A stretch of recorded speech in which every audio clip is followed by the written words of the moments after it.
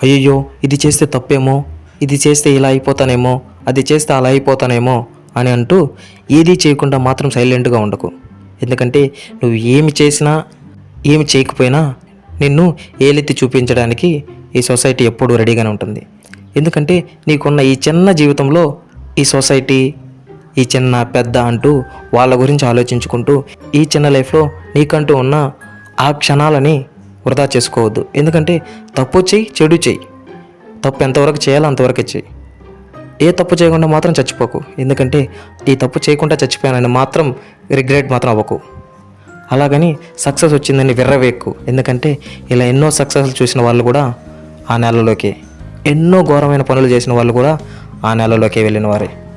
So కాబట్టి నీకున్న ఈ జీవితంలో అంటే ఈ ఉన్న 4 రోజుల్ని మాత్రం సంతోషంగా హ్యాపీగా గడిపి నీకు నచ్చింది చెయ్యి, నచ్చినట్టు బతుకు.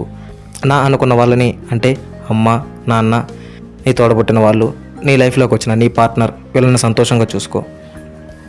ఎవరో వస్తారు, ఏదో చేస్తారు, ఏదేదో పీకుతారు అని మాత్రం అనుకోవద్దు. ఎందుకంటే ఏ ఒక్కడు నువ్వు సంతోషంగా ఉంటే ఓర్వలేని వాడే.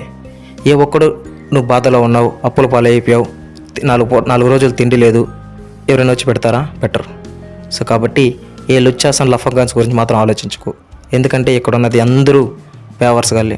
నేను చెప్పదలుచుకుంది ఒక్కటే, నీకు నచ్చిందే చెయ్యి, నీ కోసమే పని చేయి. నీకు నచ్చిందే చెయ్యి, నీ కోసమే పని చేయి. మళ్ళీ చెప్తున్నా, నీ హ్యాపీనెస్ కోసమే పని చేయి. ఎవరి కోసమో పని చేయకు, ఎవరి కోసం దారులు తీసుకుంటూ పని చేయకు, ఎవరి కోసమో గంటలు పనిచేసి ఎవడో చెప్పే గొప్ప మాటల కోసం ఎదురు చూడకు. మా పై ఆఫీసర్ నన్ను గొప్పగా పొగుడుతాడు, గొప్పగా తీర్చిదిద్దుతాడు అని ఏమనుకోకు.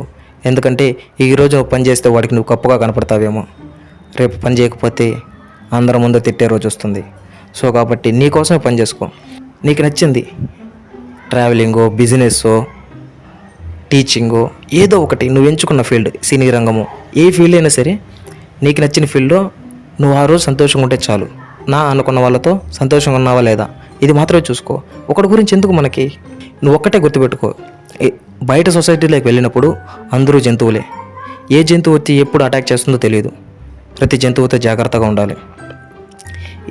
తనేం మాట్లాడుతున్నాడు అని అబ్జర్వ్ చేయి. తనలో మంచి కనపడిందా తీసుకో, చెడు కనపడిందా వదిలేయి.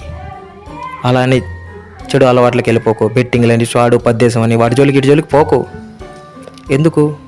నీ లైఫ్లో ఉన్న ఆ మధుర క్షణాలను పోగొట్టుకుంటావు. ఈ చిన్న లైఫ్లో మంచి చెడు అన్నీ చెయ్యి. నీకు నచ్చిందే చెయ్యి, సంతోషంగా గడిపేయి.